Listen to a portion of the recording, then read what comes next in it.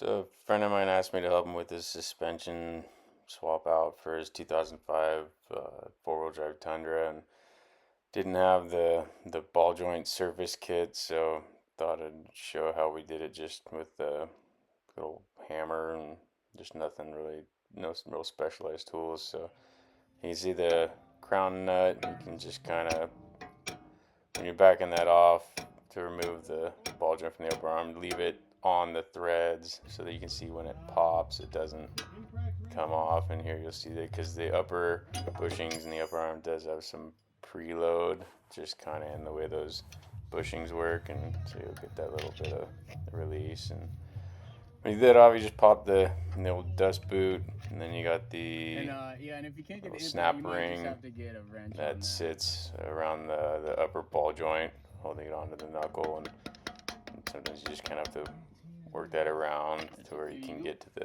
the end. The stock one didn't have the little holes in it for the snap ring pliers. It's just kind of those ones that had the little kind of beaks to them. It makes it a little more difficult to get off, and so you just kind of just get a flathead screwdriver and get that snap ring kind of pried open, and then you can wedge in that flat screwdriver and just kind of work your way and get that out. those upper bolts. Then Yeah, I've heard.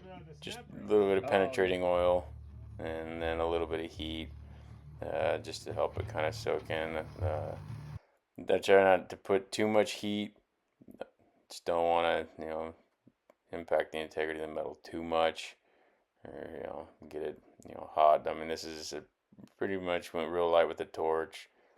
And it's to the point where you can still touch it, with your bare hands when it's just a bit warm. Help that penetrating oil get in a little deeper, and then just kind of expand that outer diameter a little bit to kind of take some of that pressure off of that press fitting with that ball joint. And figured I'd just leave the whole little heating sequence in so you can see how long I heated it. And the torch is down pretty low. It was, I wasn't really cranking heat on it. And then coming up, you're going to see the next little video clip of a jack underneath the lower ball joint, and that's to apply pressure so that when they start working the upper ball, it's not shaking because it's essentially backing that whole spindle. And I'm not hitting very hard. I don't want to put a whole lot of force into that knuckle to potentially damage it or bend it or anything. So it's just kind of keep working on it. Just sped things up so you can kind of see actually how long it takes. Just kind of slowly working and being gentle on the thing. Just had a big socket dropped over the top to try to apply a little more even force, and just keep banging on it for a while.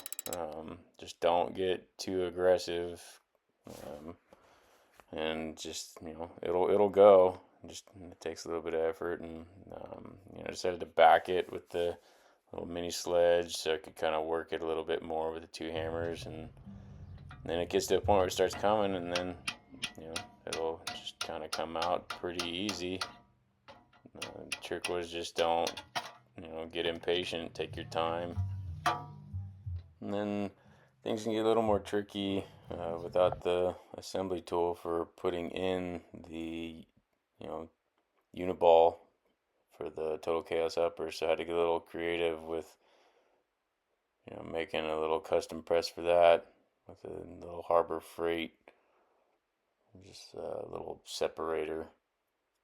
So yeah, you can see how that kind of worked. Just had to notch some angle iron I had laying around to give that gap so it could press in that section of the uniball into the knuckle. And yeah, after finishing up with the little homemade press, then the rest went pretty smooth with just bolting in the Icon coils and assembling the rest of the uniball with the Total Chaos uppers.